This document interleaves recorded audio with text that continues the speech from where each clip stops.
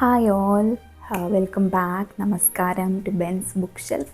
So here I am for another video of my shelf. I know that the tokens are drying up so fast and I'm supposed to read a bit more. Don't worry, I have new books coming in and I'll put out these books as well on the shelf as soon as I can. But with that note, let's get into today's ritual.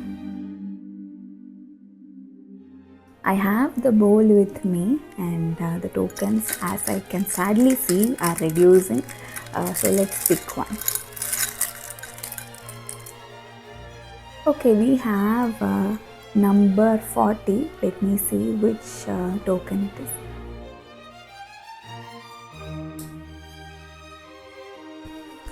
Okay, we have one of my least favorite books, Ghosts of the Silent Hills by Anita Krishnan. Let's get into this. Ghosts of the Silent Hills by Anita Krishnan. No offense to the author, but this is one of my least favorite books in my shelf. So when you buy a horror novel, you wanna get scared. At least you wanna get intrigued. But the novel doesn't seem to do that for me. But looks like it's a good book apparently.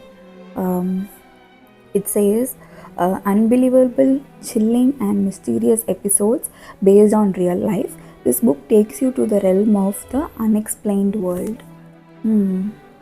It didn't. So, let's get into a bit of the premise. The book is set in Shimla. Most of the stories are. So, it's about there are two parts. One is stories that happened to the author and her families itself. So, they just it's like told stories, generation after generation. These stories are what is the word? Tell down tale. I don't know. So yeah, so it's like stories that come from her own family. That's part one, and part two is in and around Shimla. I read it a long time back, so I don't remember the individual stories themselves. But then it's a good read if you are young. For an older person, I don't think it's good enough. Maybe because it didn't scare me much, and looks like no horror novel has scared me much. I don't know why, or I don't know if I've not picked the right novels yet.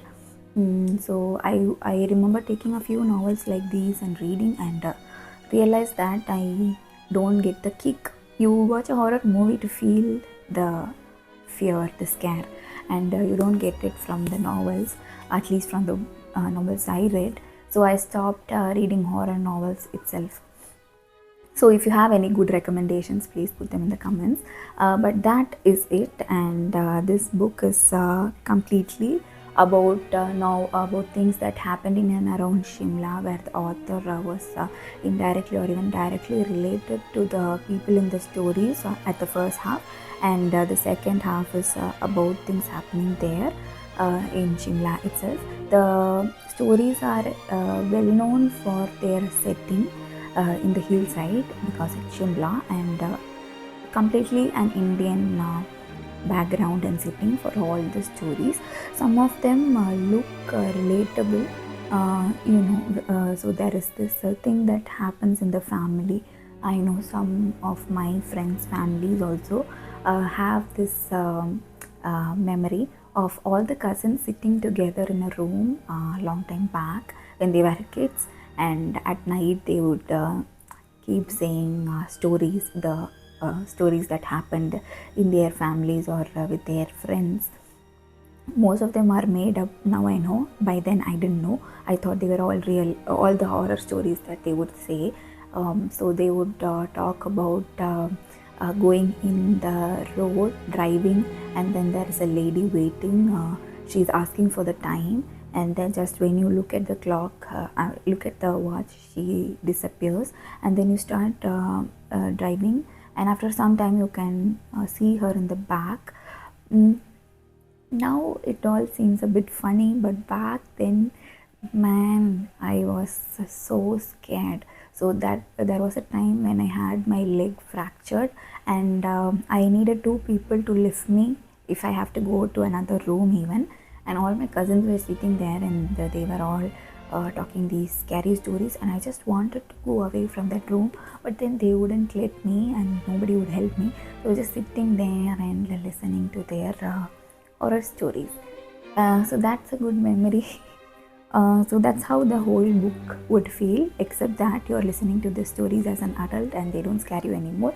More like you're the one who's saying the stories.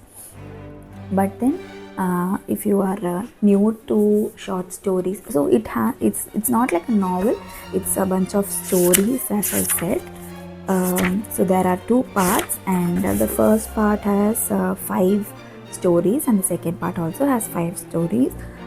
So it's a good read. Maybe if you are new to the genre itself, it would be a good start from 0 and go to 10, right? So it's a good start. I would rate it 5 out of 10. I don't want to make anyone feel bad. Sorry, Anita. But I must be the only person who's feeling this. I get the feeling that other people have rated the book really well, and it stays a strong novel. So I would still suggest you to go and pick it up if you want a horror short story collection with you. With that, I am wrapping up today's session. I'll see you all in my next video.